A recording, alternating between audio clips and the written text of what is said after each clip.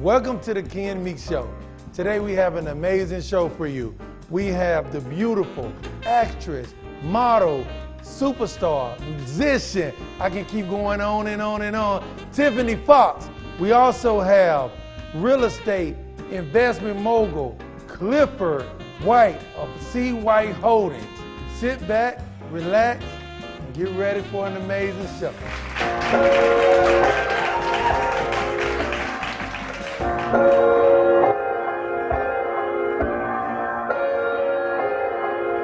I've been on my hustle each and every day, trying to change my life. Ain't got time to play. Been going through some things, but it's all okay. By the grace of God, I will find my way. I've been in the streets, in and out my home. Nobody really cares until you're dead and gone.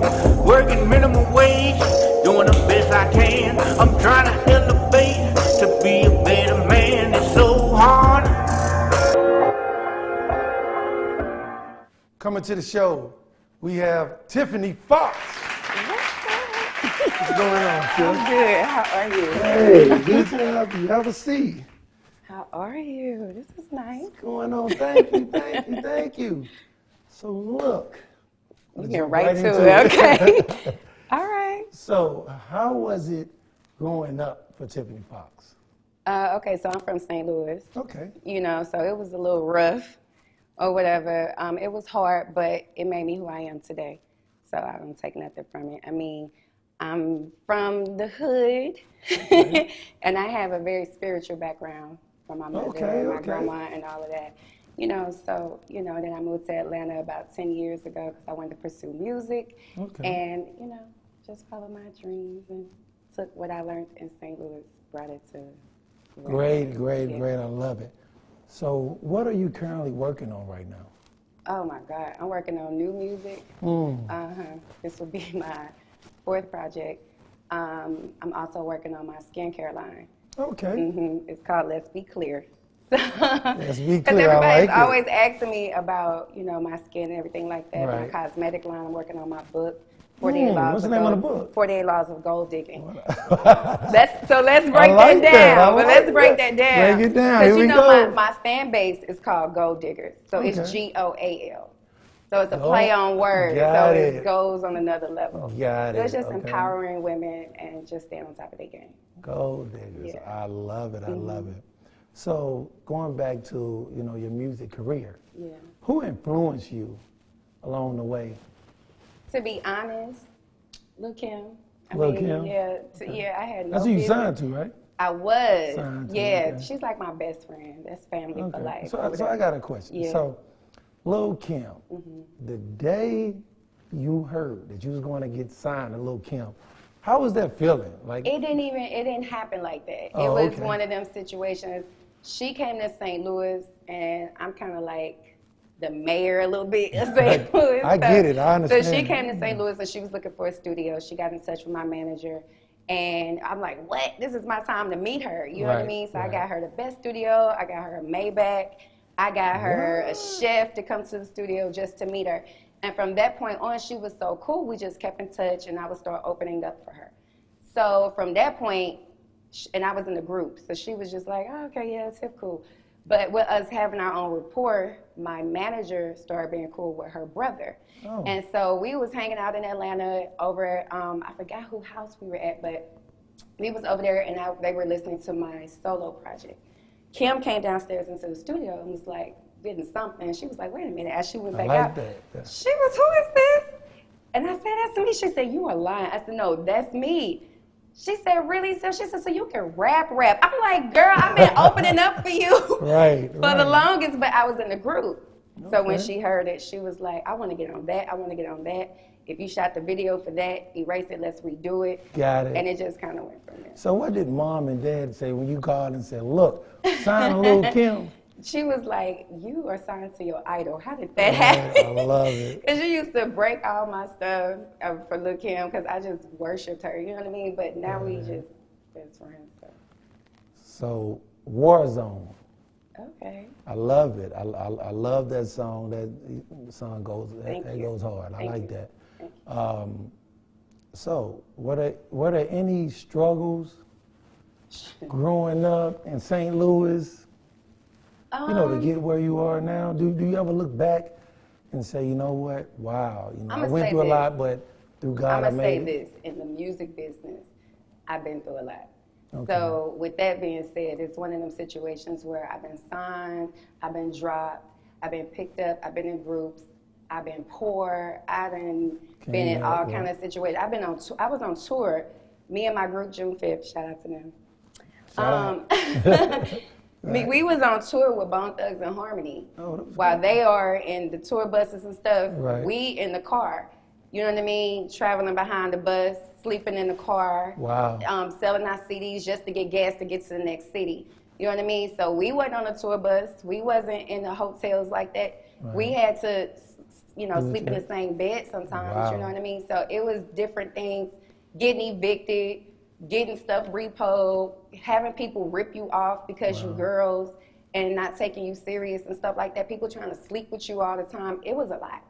It was a lot. So I do feel like holding on to your integrity takes a little longer for you to get to where you need to be. So do you think it's harder for a female in the entertainment business than it is for a male? It used to be harder. But the girls is running it right now. Yeah, you got Cardi and Megan and the City Girls. Me. you gotta say you. Yeah. So is it anyone right now that you would love to do a collab with? I would like to do something with Cardi. I would like to do something with the City Girls. I've been hearing about this Mulatto girl. I've been hearing about her. I like the record that she have out. I would like to, collab with a lot of the females that's out right now. Okay. So how is Tiffany Fox love life? I had to ask. How? Is it anybody in the industry? Not in the music industry. In the entertainment industry. Okay, gotcha. No, it's good. It's good. It's good. Okay. Yeah, it's good. Oh, we'll just move on. That's good. Yeah. So, if there was anything that you wanted to leave behind to have people remember you of, what would that be? That I do my best. Everything that I say I'm going to do. Keep God first. That is very important. I'm glad you said that. And it's not a cliche, but it really is. That's what keeps me centered. That's what keeps me grounded. It's only so far I'm going to go. I am in the music business, so I am going to twerk. I'm going to be sexy. I'm going to empower the fact that, I'm embrace my femininity, but I'm always going to stay grounded. I'm always going to keep my morals and never embarrass my mother. So I love that. I love that answer, man. You got to put God into everything. Love and hip hop. So how was that, and did that interfere? Because I know reality show sometimes can interfere with what you have going on.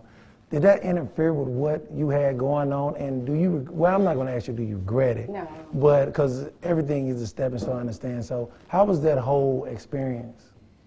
The love and hip hop thing, at the time, I was supposed to do it, they asked me to do it a few times before I came on season 4. But I was so busy, it just didn't make sense at the time. So even when I did it, season 4, I still was on tour in London with Kim, and I still was, working on my album and things like that. I'm gonna say this, everybody is like, Tiff, who you are off camera, if you would have did that on camera, turning up, silly, funny, this and that. But I was very humble too, I may add. Thank you. But when I got on the show and seen how it went, it was just kind of like, I'm not for the BS. Right. I'm just not, you know what I mean? So. But thank you for the opportunity. Yeah.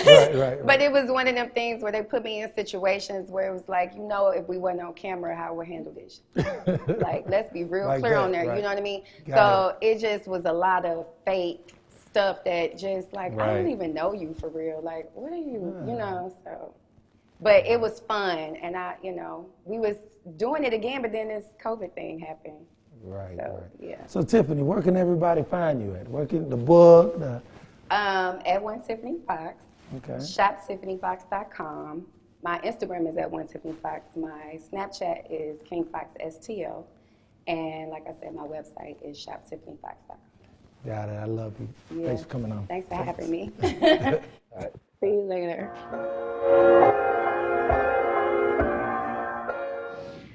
My next guest, and this guy's a friend.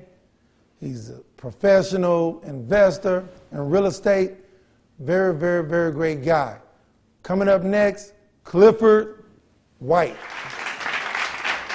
What's going on, Cliff? How you doing, brother? Good to see you, man. Right, nice. Good to see you. Have a seat, man. Have a seat. Oh, man. So, Cliff, man. Hey, I like what you got going on. Thank man. you, brother. It's a Thank you, beautiful thank thing. you, That's thank right. you. That's right. So I'm going to start asking you some questions, man. You ready? Man, All right, brother. Let's get. So New York, that's where you from, right? That's where I'm from. So tell us about how it was, growing up in New York, the streets of New York. Well, growing up in New York, man, it was tough because we was actually brought up in the hood. Right. And, just being brought up in the hood, you come across a lot of propositions that is presented to you that some is right, some is not right. And, you have a decision that has to be made on whether or not you will get caught up in the right proposition or the wrong proposition. So what do you mean by proposition? This could be a positive proposition or a negative So proposition. are that's you brought saying to like you. being approached by a drug dealer? Just things like that, because you know what, where we was brought up at, that's really what's servicing around us. Right. And How did you maneuver around that? well, that's a great question, because guess what? I got caught up in some of those situations, so I never really maneuvered around it. I had to go through it. Do it.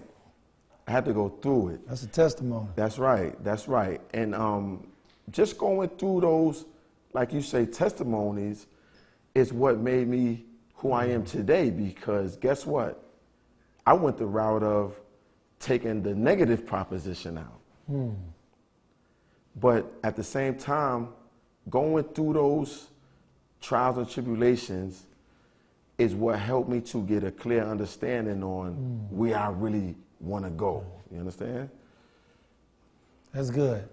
That's very positive, too, for somebody that's out there listening that is going through the same thing that you went through. Because right. I know a lot of people in the hood have been approached by, drug dealers and things of that nature. And I'm glad that you have made it to where you are today, brother. So I just want to say I'm proud of you. I appreciate that. Cliff, what motivates you, man? What motivates you to do what you're doing now? What's the steam behind Clifford White? That's right. What motivates me is just seeing my peers around me reaching their goals and just working hard and giving whatever it is that they believe in, hard work and ethic. I like That is what encourages me to make me want to just keep pushing in my life and whatever it is that I'm doing. to see other people succeed. To see other people succeed. I like that, brother. I like that. That's right. If there was anything that you could tell the young people, I know, knowing what you've been through and everything, how you've been approaching stuff like that, if you could say anything to the young men and women, what advice would you give them? My advice would be, just growing up and as a young man, as a young woman, find a trade. There you find something that you Y'all hear that? could attach your soul to, There you your go. mind, body, soul, just as you growing up, just chase that, because if you ask Chase me, that dream. it's gonna take your whole life to actually accomplish whatever it is that you came up with in your mind that you want to be great at. There you go. Yeah. I would say you start chasing it from a young person. That's where later on in years, you just have a lot of knowledge in whatever it is that fits you. Right. That fits you, and just chase it as a young man and as a young woman. I like from early that. ages. I like that. So y'all hear that? If you got a dream out there, chase your dream, no matter what. Because a lot of right. us grew up in and poverty situations, a lot of us have been approached. You know, you got grandma at home, granddad at home, That's right. trying to do what they have to do to make it right, but sometimes the funds are not coming in. So if you have that goal, just like Cliff said, don't stop, keep going. Don't stop. So real estate, getting into real estate. So where did real estate begin? At what point did you say to yourself, this is for me? Wow. I've always known that I was an entrepreneur and that I didn't want to work for anybody. Right. Right? This is something that I thank the Almighty. It was just installed in me. Right. It was installed in me. And my mother, she always, I mean, it's four or five, I got five brothers, and one sister. Okay. And, you know, my mom was hardworking. She knew the way out, and she tried to encourage us to take on professions that will better us down the line. And my mother always talked about real estate, always talked about real estate. So growing up, she made it to where at the age of 24, I bought my own property. So I'm gonna say I have been investing. At 24 years old? At 24 years old, Wow, that's that's when I a bought blessing, my first man. house. What profession that I can get into where I can be my own boss, but still reap those type of privileges as an athlete? Gotcha. And I always knew that real estate was the answer. Exactly, man, because my grandfather used to always tell me, put your money in the ground. He used to always right. say that.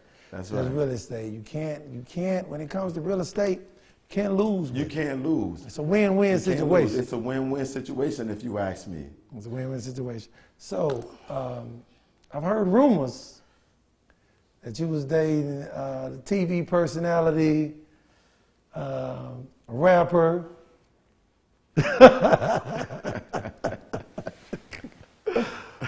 I'm just saying, I heard those rumors, so I just wanted to put that out there, man. So since we're talking about dating, man, with the life you live, very successful, how is it dating right now? And what advice would you give to anybody that was juggling work and then trying to make sure the personal life on the side of the females are happy? Do you say, just chase the money? Or, what type of advice would you give? Of course, I wouldn't say that. Okay. Of course, I wouldn't say that. I would say you have to balance it out. Well said. I'm gonna be honest with you. Dealing with a lady that's in the industry, Right. It has been very different for me. It has Right. been very different for me because actually her life, becomes my life now. Exactly. It becomes my life now. So my thing is, she requires a lot of attention. So it's days that I have to, put my hours in of working 7-8 hours a day, Right. building my business. But at some point, I have to cut back a bit just to give her attention, right? Give her attention so that she can understand that, listen, I'm here for you, babe. Right. I'm on my end.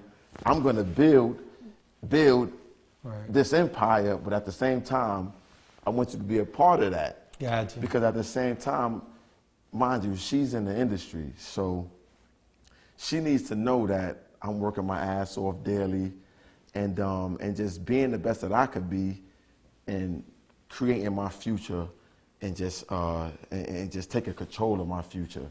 Because at the end of the day, she have She's your backbone. Yes, right. I'm gonna kind of get off the subject. Who's your favorite rapper in New York, man? Wow.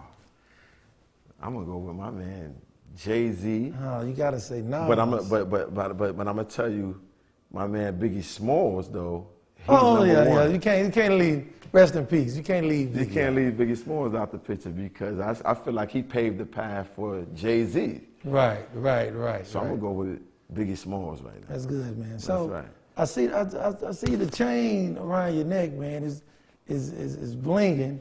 So That's cool. Real estate is really good then.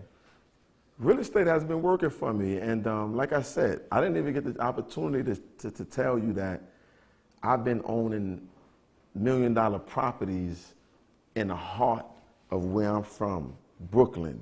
Okay. Right now, to where these properties is worth $2-3 million. This is when I really knew that I wanted to invest in real estate, when I started actually making money at the age of 24, 25 years old in real estate, purchasing properties that had substantial value to it. Is there anything that you would say to yourself, if I could, I would go back and I would change this? The only thing I would change is my mindset, because if I had the mindset that I had today, back then, my success would have started back then. Early, you understand? So I'm gonna say that there's nothing that I would change about my life.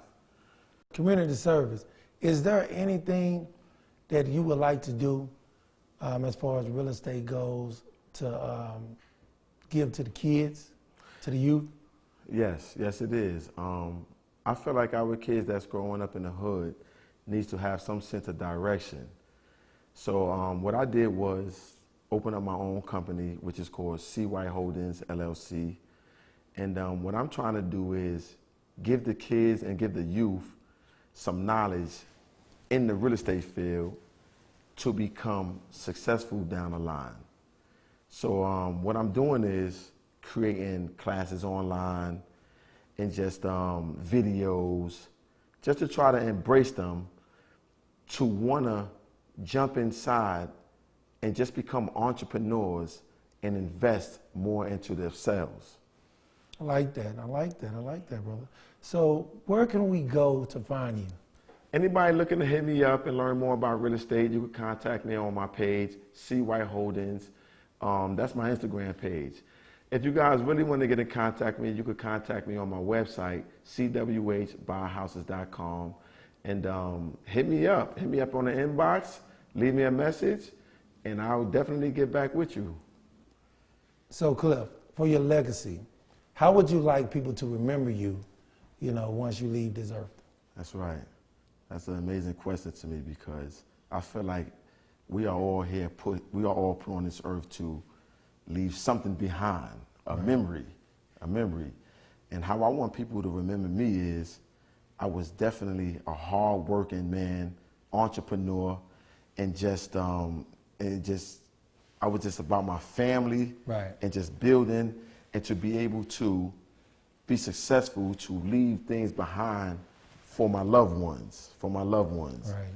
I want them to remember me as just being confident, and just being, a hard worker. That's good, man, that's good. Well, thank you, Cliff, for coming on the show. I appreciate it, brother. That's right. It's always good, man. That's right. All right, bro. Thanks for having me. Good. That's right. Thanks goes out to everybody that tuned in today. Special thanks to Tiffany Fox and Clifford White. It's a great show. See you all next week. I've been in the streets, in and out my home. Nobody really cares until you're dead and gone.